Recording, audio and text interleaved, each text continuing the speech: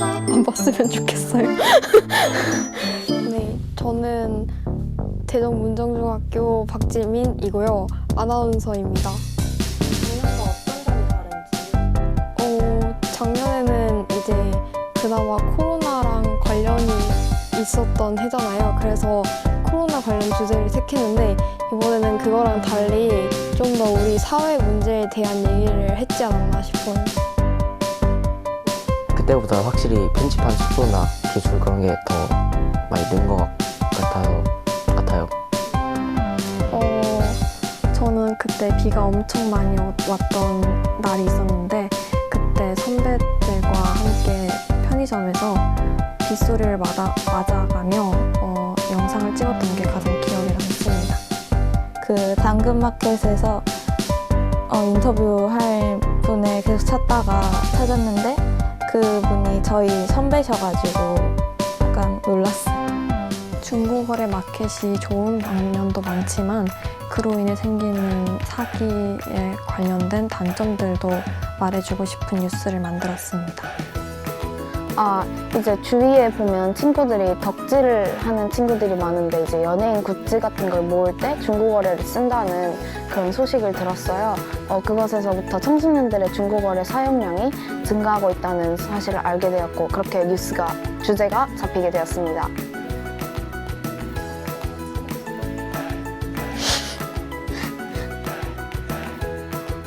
오케이. 청소년 뉴스 경진대회 경건하게 임하겠습니다.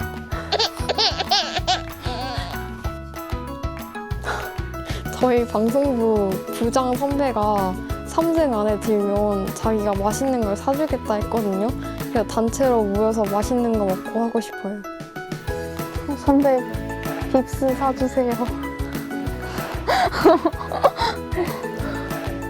DMB2 화이팅! 화이팅! 파이팅! 화이팅! 화이팅!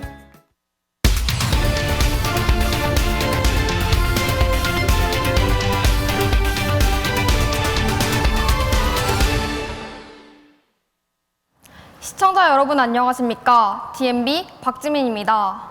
내가 쓰지 않는 물건을 다른 누군가에게 판매하는 중고거래가 활성화되는 추세인 요즘 청소년들의 중고거래 또한 증가하고 있다고 합니다. 늘어나는 청소년 중고거래, 이규영 기자가 전해드립니다. 많은 사람들의 핸드폰 안에는 중고거래 애플리케이션이 설치되어 있습니다. 청소년들도 언제 어디서나 거래를 할 수 있어서 편리한 중고거래를 많이 사용하고 있습니다. 제가 필요 없는 물건은 팔고 필요한 물건을 얻을 수 있다는 점이 장점인 것 같습니다. 중고등학생 185명을 대상으로 설문조사를 실시한 결과 10명 중 4명 꼴인 36.8%가 중고거래 사이트를 이용하는 걸로 응답했습니다. 중고거래 품목으로는 연예인 굿즈가 36.8%로 가장 많았고 전자기기가 32.9%, 취미물품이 24.3%인 것으로 드러났습니다. 구매, 판매와 더불어 무료 나눔을 위해 중고거래를 이용하는 경우도 있다고 청소년들은 응답했습니다. 내가 더 이상 쓰지 않거나 나에게 필요하지 않는 물건을 다른 사람에게 나누어 주는 겁니다. 청소년들은 더 이상 쓰지 않는 문제집과 도서부터 입지 않는 헌옷, 인형까지 품목도 다양합니다. 또 한 달에 한 번 정도 중고거래를 이용한다고 많은 청소년들이 응답했습니다. 필요 없거나 자신보다 타인에게 더 필요한 제품을 나눔하는 청소년들의 중고거래 사용량은 지금까지의 증가세와 더불어 점점 더 늘어날 것으로 보입니다. DMB 이기현입니다. 다음 소식입니다. 중고거래는 사람과 사람이 신용을 바탕으로 하는 거래입니다. 그러한 중고거래의 특성상 사기를 당하는 사례도 있다고 하는데요. 중고거래 사기 현황과 그 예방 방법에 대해 이채영 기자가 전해드립니다. 중고거래 플랫폼 이용자가 늘면서 거래 사기 피해자도 함께 늘고 있습니다. 한국소비자원 조사에 따르면 이용자 10명 중 2명은 중고거래 사기를 당한 경험이 있는 걸로 나타났습니다. 청소년도 예외는 아니었습니다. 중고등학생 185명을 상대로 설문한 결과 10명 중 1명이 이 같은 피해를 당했다고 응답했습니다. 제가 그때 캠핑 용품을 10만 원 정도 되는 거를 이제 돈을 입금을 하고 기다리고 있었는데 택배가 계속 안 와서 문자를 넣어보니까 아예 그냥 문자도 연락도 쉽고 그냥 아예 연락이 안 되더라고요. 그래서 사기를 당했다는 걸 알게 되었습니다. 문제는 이 같은 피해에 제대로 대처하지 못하는 경우가 적지 않다는 겁니다. 애초에 피해자가 스스로 범인을 잡기가 어려울 뿐더러 처음에는 판매자분께 하루에서 2번에서 3번 정도 지속적으로 연락을 드렸는데 계속 판매자분이 답장이 없으셔서 한 달 뒤 정도에는 포기했던 것 같아요. 증거를 챙겨 경찰에 신고하더라도 피해를 배상받기 위한 법적 절차가 까다로운 점도 대처를 주저하게 만드는 이유입니다. 일단 경찰에 신고를 하고 얼마 뒤에 경찰에서 그 사기를 친 분을 잡았다고 연락이 왔는데 법정에서 뭔가를 해서 돈을 다시 받을 수 있다는 말에 그냥 부모님 카드라든가 그다음에 다른 그 친척 카드라든가 혹은 계좌로 거래를 한다면 청소년이 그걸 이제 결국은 그 보호를 받으려면 그 자기가 했다는 거를 그 수사기관에 밝혀야 되는데 그러려면 당연히 그 거래를 계좌에서 은행 거래를 한 그 부모님이나 다른 사람의 동의를 받아야 되잖아요. 그런 과정에서 어려움이 있을 수 있겠죠. 결국 중요한 건 예방입니다.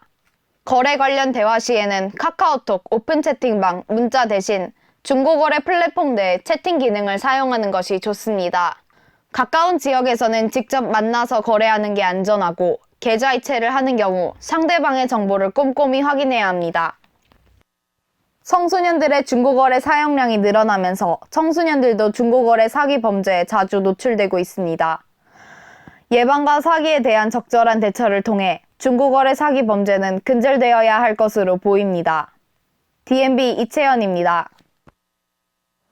다음 소식입니다. 중고거래 플랫폼을 이용하다 보면 한 번쯤 그림 그려드립니다와 같은 다양한 맞춤 제작 글을 마주칠 수 있습니다. 커미션이라는 새로운 문화란 무엇인지, 이러한 커미션을 진행하는 사람들의 목적은 어떠한지 신혜지 기자가 보도합니다. 최근 많은 청소년들이 사용하는 중고거래 플랫폼에는 물건을 사고 파는 것뿐만 아니라 색다른 판매인 일명 커미션이 생겨났습니다. 커미션이란 주문, 의뢰를 뜻하는 영어 단어입니다. 중고거래에서는 구매자가 뭔가를 만들어줄 것을 다른 사람에게 부탁하면 판매자가 돈을 받고 구매자가 원하는 작품을 만들어주는 행위를 말합니다. 누구나 쉽게 의뢰하고 만들 수 있는 소소한 주문 제작이라고 볼 수 있습니다. 종류도 다양합니다.